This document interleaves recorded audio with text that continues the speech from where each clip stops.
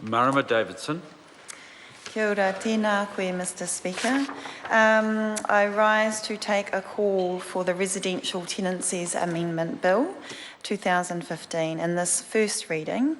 The Green Party will be supporting this bill to the first reading, especially because I'm really keen to hear from submitters to come and tell these stories.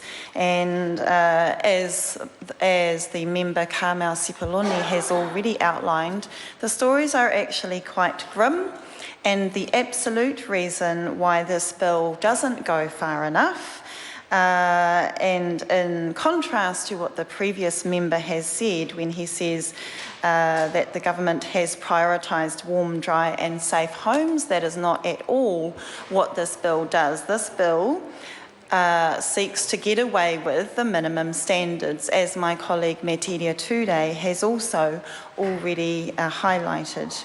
I would like to raise again the point that alone $420 million could be saved with a comprehensive warrant of fitness. That alone would be a smart economic decision, would be a smart moral decision, and would be a smart governance decision. Mr. Speaker, I'd like to take a little bit of time, as fearful as I am, to talk about the rental that I am living in at the moment. And I've been quite public about my own rental story, and I always have to say, for safety, that I love my house and would like to stay in it.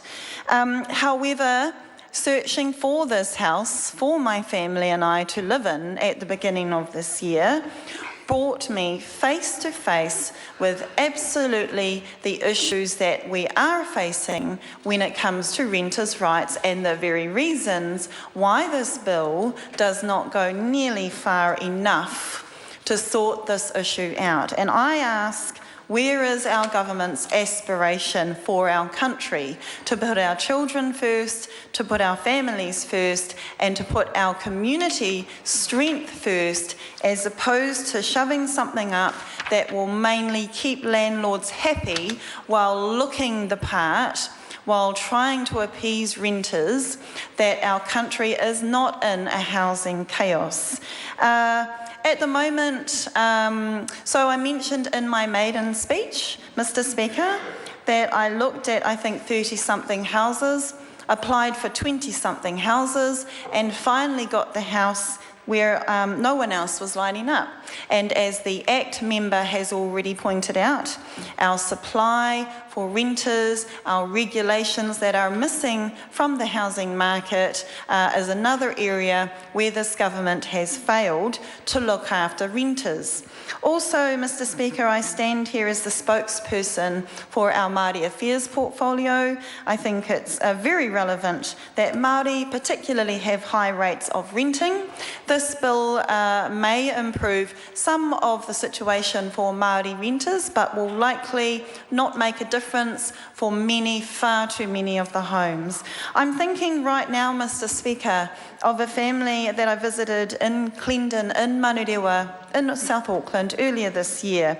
Now, they are absolutely one of the hard-working families that the National Party likes to say it is sticking up for. But the government is certainly not sticking up for this family, who are both faced with being unable to have any success on the private market.